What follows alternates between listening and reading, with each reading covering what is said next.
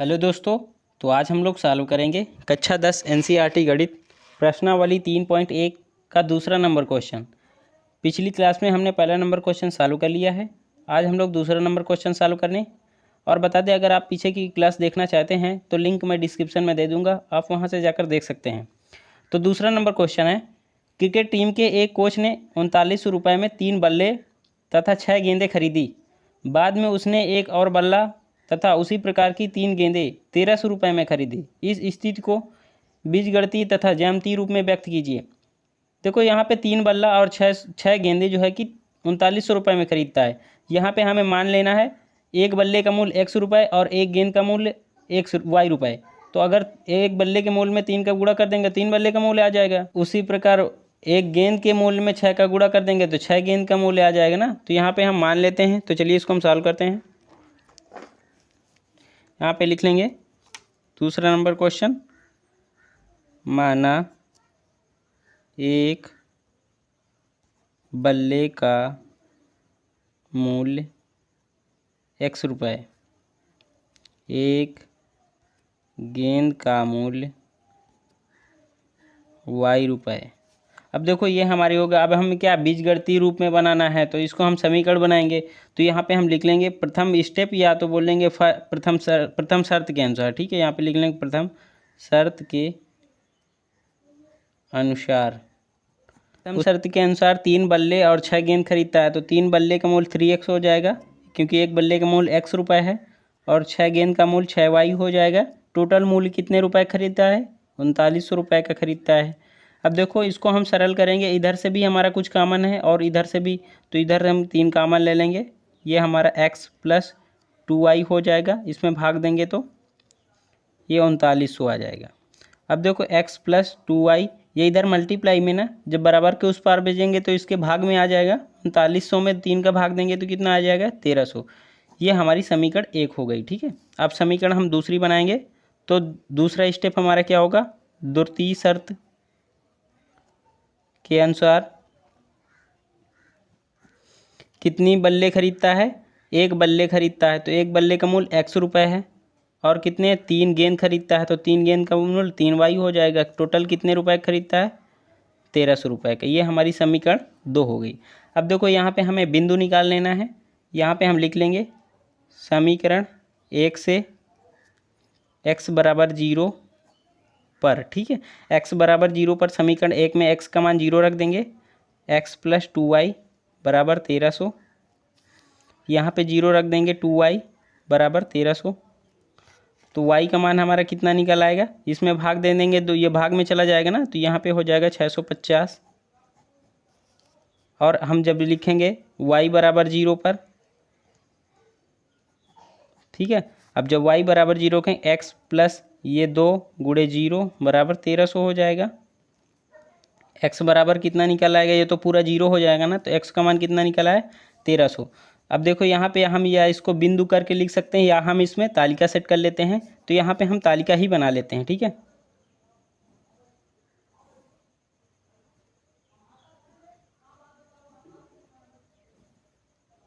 X Y, x का मान जब हमने 0 रखा तो y का मान हमारा कितना निकला है? 650। जब हमने y का मान 0 रखा है तो x का मान हमारा कितना निकला है? 1300। ठीक है, अब द्वितीय समीकरण से लिख लेंगे। समीकरण नंबर 2 से x बराबर 0 पर समीकरण 2 हमारी क्या है? x + 3y बराबर 1300।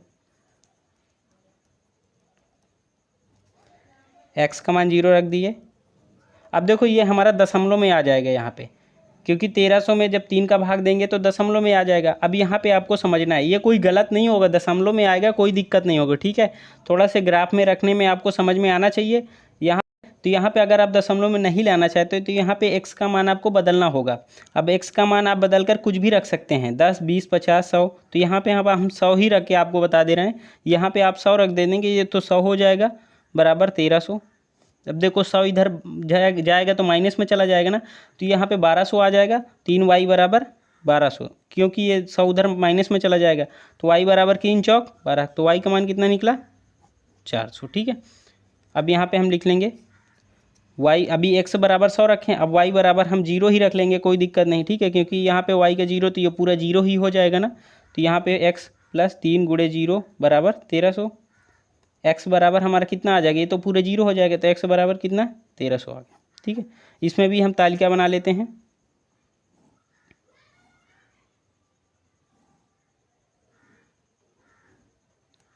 एक्स वाई, अब देखो एक्स का मान जब हमने 100 रखा था तो वाई का मान कितना निकला 400। जब हमने वाई का मान 0 रखा तो एक्स का मान कितना निकला 1300, ठीक है। ये हमने सभी बिंदु निकाल लिए हैं। अब हम इसको ग्राफ के रूप में प्रदर्शित कर रहे हैं, तो चलिए हम ग्राफ में भी देख लेते हैं। तो ये हमने ग्राफ ले लिया है। अब हम आपको यहाँ पे ग्राफ बनाना भी सिखा दे रहे हैं। तो देखो सबसे पहले हम बिंदु हमें देखना है, बिंदु हमारा मैक्सिमम कितने तक है। एक्स का मान 1300 तक मैक्सिमम जा रहा है और वाई का मान मैक्सिमम कितना है 400 है। और ये भी देखना है जो हमारे माइनस में तो नहीं है कोई बिंदु, माइनस में कोई नहीं है ना, तो हमें माइनस का नहीं ले जाना है, माइनस की हम बिल्कुल छोटी लाइन कर देंगे, ठीक है। यहाँ पे हम ग्राफ बना लेते हैं, लाइन खींचते हैं।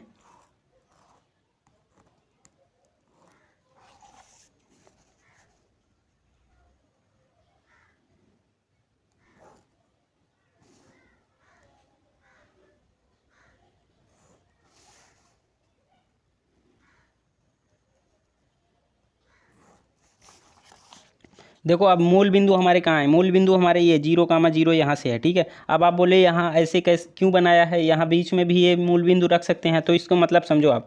देखो यहाँ पे हमारा जो निर्देशांक ये y के अक्ष के जो निर्देशांक होते हैं यहाँ पे इधर वाले माइनस में होते हैं, ठीक है। ये हमारा y अक्ष है जो खड़ी लाइन होती है, और ये हमारी x अक्ष है, ये भी समझ लो, ठीक है। इधर जो हमारे मूल बिंदु से हम इधर जाएंगे बड़ी लाइन में तो ये हमारे सभी पॉजिटिव वाले हैं, ठीक है। अगर ऊपर जाएंगे तो ये हमारे सभी पॉजिटिव y अक्ष में होंगे, ठीक है, ये हमारा पॉजिटिव। अगर इस मूल बिंदु से इस पार जाएंगे तो ये हमारे निगेटिव वाले आते हैं, ठीक है। अगर नीचे y खड़ी लाइन में हम नीचे जाएंगे तो ये y अक्ष जो है ये माइनस वाले आते हैं, ठीक है। अब आपको ये समझ में है, तो माइनस में हमारे कोई भी नहीं है तो हम माइनस वाले बिल्कुल छोटा छोटा कर लिया। अब देखो यहाँ पे 1300 जाना है, एक्स में 1300 यूनिट में जाना है, तो 1300 यूनिट हमारा लंबी हो जाएगी ना, इसलिए हमने इसको बड़ी कर लिया, ठीक है। वाई वाले भी हमारे वाई वाले मैक्सिमम कितना 400 दे 650 दे रखा है, तो हम इसको हम 650 भी वाले भी यहाँ तक हमारा आ जाएगा, ठीक है। अब हम देखो यहाँ पे हमारा इसको हम 100 यूनिट कर लेते हैं 1 सेंटीमीटर को, तो यहाँ पे हम लिख लेंगे एक्स वाई को वाई अक्ष में 1 सेंटीमीटर को 100 यूनिट रखने पर, ठीक है। यहाँ पे हमने 100 यूनिट रख लिया, आप यहाँ नीचे लिख लेना, ठीक है। ये हमारा 100 हो गया, ये हमारा 200 हो गया, ये हमारा हो जाएगा 400, 500, 600, 700, 800, 900, 1000, 1100, 1200, 1300, यहाँ पे हमारा 1300 आ रहा है, ठीक है। ऊपर देख लेते हैं, ये हमारा 100 हो जाएगा, ये 200 हो जाएगा, ये 300 हो जाएगा, ये 400 हो जाएगा, ये 500 हो जाएगा और ये 600 हो जाएगा, ठीक है। यहाँ पे हम लिख लेते हैं 600, यहाँ पे 100 कर लेते हैं, ठीक है। अब हम पहले बिंदु देखते हैं, पहली तालिका में पहला हमारा 0,650। अब यहाँ पे हमारा देखो, यहाँ पे हमारा x का मान है जो 0 है ना, क्योंकि ये तो मूल बिंदु की ही सीधी लाइन में है, तो यहाँ पे हमारा 0,650 यहाँ पे आ जाएगा, ठीक है। 650 हमारा यहाँ पे आएगा, ठीक है, क्योंकि 600 ये है 700 ये हो जाएगा, तो इन दोनों के बीच में 650 आएगा ना, तो यहाँ पे हम लिख लेंगे 0,650 ये वाला, ठीक है। अब हमारा दूसरा क्या है 1300 और 0, तो यहाँ पे हमारा 1300 देखो यहाँ पे आ रहा है ना 1300, x का मान 0 और हमारा 0, यहाँ पे y का अक्ष का मान जो y होगा वहाँ पे 0 होगा। यहाँ एक चीज़ आपको ये समझो, जो बिंदु होते हैं हमारे भुज और कोटि बोलते हैं, ठीक है। एक्स को जो हमारा हुआ उसको हम भुज बोलते हैं और वाई जो होता है हमारा उसको कोटि बोलते हैं, दोनों को हम बिंदु बोलते हैं, ठीक है। ये चीज़ भी समझना। अब हमारी पहली समीकरण के जो बिंदु हैं उनको मिला देंगे, तो यहाँ पर हम लाइन खींच देंगे। देखो यहाँ पर हमारी पटरी नहीं है तो हम इसी से खींच रहे हैं, ठीक है। आपको सीधी सी लाइन इसमें खींचना होगा, पटरी थी लेकिन अभी वो मिल नहीं रही है, तो यहाँ भी इसको खींच दिया, ठीक है। अब इस समीकरण का हम नाम दे देते हैं, समीकरण हमारी का क्या है उसका नाम दे देंगे यहाँ पे x + 2y = 1300, ठीक है। अब दो तीन समीकरण के बिंदु कौन कौन से हैं 100 और 400, मतलब x का 400, x का 100 मान है और y का 400 है, तो 100 देखो 100 x के यहाँ पे यूनिट आ रही है 100 यूनिट, और 400 कहाँ आ रही है 200 ये 300 ये 400 ये, ठीक है। यहाँ पे हमारा 400 आ रहा है, ठीक है, और 100 यहाँ पे आ रहा है, एक ही बिंदु है ना, तो यहाँ पे एक ही बिंदु देखो यहाँ पे 100 ये लाइन जा रही है और जो 400 वाई एच में यहाँ पे आ रही है, तो दोनों बिंदु कहाँ पे यहाँ पे आ रहे हैं 100, 400, ठीक है, यहाँ पे मिल रहे हैं। अब दूसरे बिंदु में देखो दूसरे बिंदु में 1300 और 0, तो यहाँ पे सेम यही बन रहा है ना, 1300 और 0, x का मान 1300 और y 0, तो इन दोनों को भी हम मिला देंगे।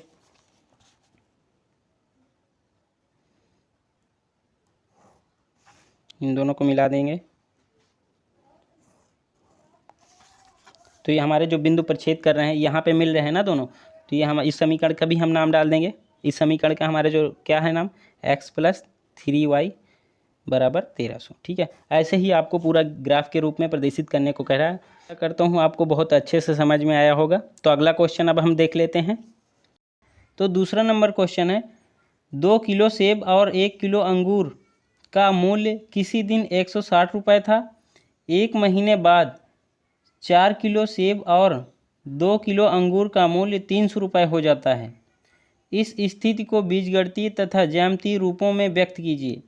बीजगणित रूप और ज्यामितीय रूप में हमें व्यक्त करना है। तो चलिए इसको हम सॉल्व कर लेते हैं। तो सबसे पहले हम 1 किलो सेब और 1 किलो अंगूर का मूल्य मान लेते हैं। तीसरा नंबर क्वेश्चन, माना 1 किलो, यहाँ पे आप केजी भी कर लेना, ठीक है, किलो सेब का मूल्य x रुपये है, ठीक है, और 1 किलो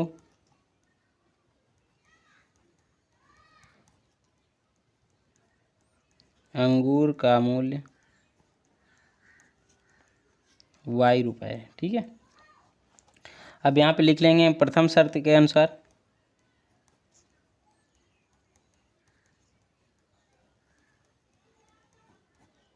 कितने सेब खरीदता है, 2 किलो सेब खरीदता है, तो 1 किलो सेब का मूल्य x रुपये है। 2 किलो सेब का दें तो उसमें मल्टीप्लाई कर देंगे तो 2x हो जाएगा। अंगूर कितना खरीदता है, 1 किलो खरीदता है, तो 1 किलो का मूल्य कितना है, y रुपये, बराबर टोटल कितने रुपए खरीदता है, 160 रुपये का खरीदता है। तो समीकरण हमारी 1 हो गई, ठीक है। अब द्वितीय शर्त लिख लेंगे, स्टेप नंबर 2, अनुसार द्वितीय शर्त के अनुसार कितने, 4 किलो सेब खरीदता है तो 4 किलो 4x हो जाएगा, और 2 किलो जो अंगूर खरीदता है तो 2 किलो मतलब 2y हो जाएगा, बराबर कितने रुपए का, 300 रुपये का। अब देखो इसमें दोनों में कुछ कॉमन दिख रहा है ना, इसमें पूरे में 2 कॉमन है, तो यहाँ पे 2 कॉमन लेंगे, 2x आ जाएगा प्लस y बराबर 300, 2x प्लस y, ये 300 के इधर भाग में चला जाएगा तो यहाँ पे क्या आ जाएगा, 150 आ जाएगा। समीकरण नंबर 2। देखो समीकरण 1 और समीकरण 2 हमारी निकल आई है। अब हम बिंदु निकाल लेंगे, तो बिंदु यहाँ पे हम सीधा सा डायग्राम बना दे रहे हैं, ठीक है। समीकरण लिख लेते हैं, समीकरण 1 से x बराबर 0 पर और y बराबर 0 पर, ठीक है। तो यहाँ पे हम बिंदु तालिका बना लेते हैं। आप अगर रखना चाहें तो यहाँ पे रख देंगे। पहली समीकरण क्या है, 2x प्लस y बराबर 160। अब यहाँ पे अगर x की जगह 0 रखेंगे, फिर 2 का उसमें 0 में मल्टीप्लाई करेंगे, 0 हो जाएगा, तो y बराबर हमारा कितना निकला है, 160 ही निकलेगा ना। तो यहाँ पे हम बिंदु पहले लिख लेते, बना लेते हैं तालिका में। ये x हो गए, ये y हो गए। जब हमने x का मान 0 रखा तो y का मान हमारा कितना निकला है, 160। अब हम y का मान 0 रख रहे हैं तो 2x प्लस 0 बराबर 160, तो 2x बराबर 160। x बराबर कितना आ जाएगा, 80 आ जाएगा, भाग में चला जाएगा, 60 में 2 का भाग देंगे, 80 आ जाएगा। तो यहाँ पे जब हमने y का मान 0 रखा तो x का मान हमारा कितना निकला, ये 80 निकला, ठीक है। अब हम समीकरण 2 की तालिका बना लेते हैं, बिंदु निकाल लेते हैं। समीकरण 2 से x बराबर 0 पर, ठीक है। समीकरण 2 क्या है, 2x प्लस y बराबर 150। यहाँ पे हम जब इसमें 0 बजे तो पूरा 0 हो जाएगा ना, तो y बराबर हमारा कितना निकला, 150। अब हम y बराबर 0 पर देखो, जब यहाँ पे हम y बराबर 0 रखेंगे इस समीकरण में, तो यहाँ पे 2x प्लस 0 बराबर 150। तो x बराबर ये पूरा इसमें मल्टीप्लाई में है, ये तो पूरा 0 हो जाए, तो इधर क्या आ जाएगा, x बराबर आ जाएगा 150 बटे ये मल्टीप्लाई में ना, तो भाग में आ जाएगा, x बराबर 75, ठीक है। इसकी भी तालिका बना लेते हैं।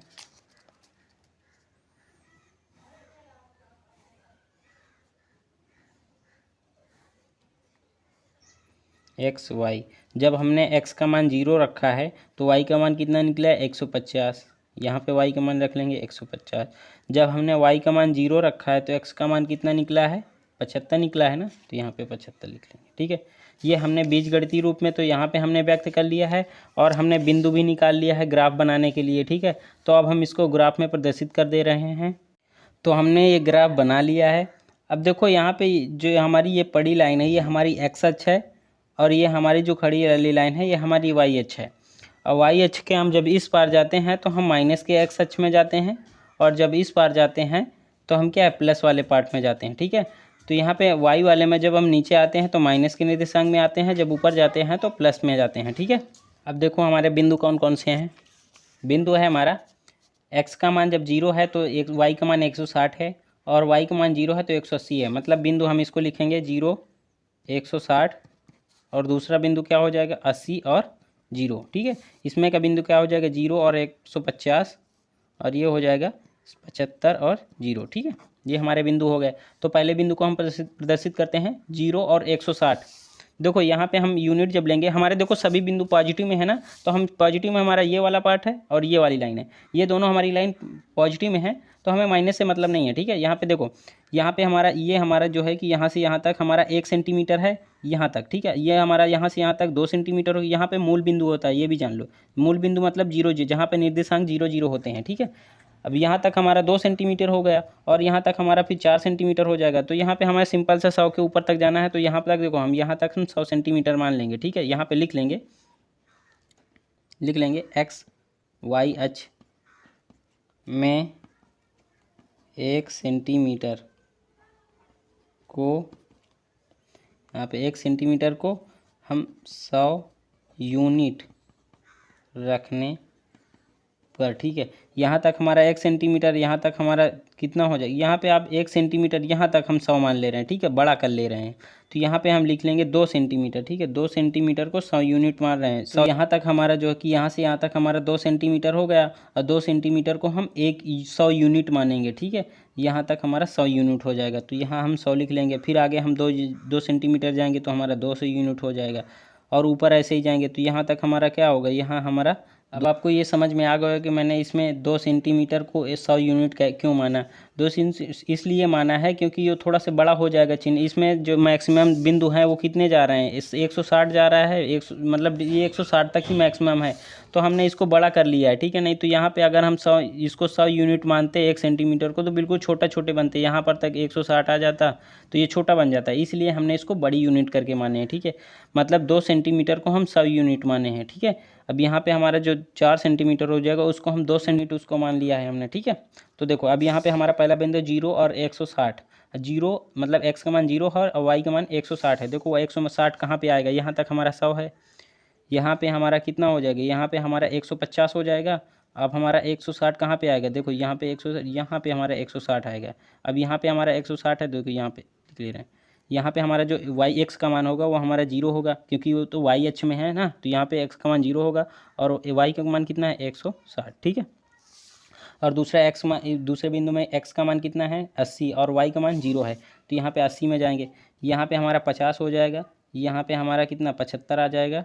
अब देखो यहाँ पे हमारा 80 आएगा। ठीक है, यहाँ पे तो हम इसको लिख लेंगे 80, 0। ठीक है, अब हम इन दोनों को मिला देते हैं, रेखा खींच देते हैं।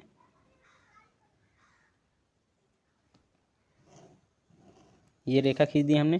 अब देखो इसमें हमारे जो समीकरण है उसका नाम डाल देते हैं। इसका नाम क्या हो जाएगा, इसे लिख देते हैं 2x + y = 150। ठीक है, अब अगले बिंदु हमारे क्या हैं, अगले बिंदु हमारे 0, 150 और 75, 0 150 मतलब y का मान 150 होगा। अब देखो y का मान 160 यहाँ पे है, 50 यहाँ पे होगा ज़्यादा से ज़्यादा।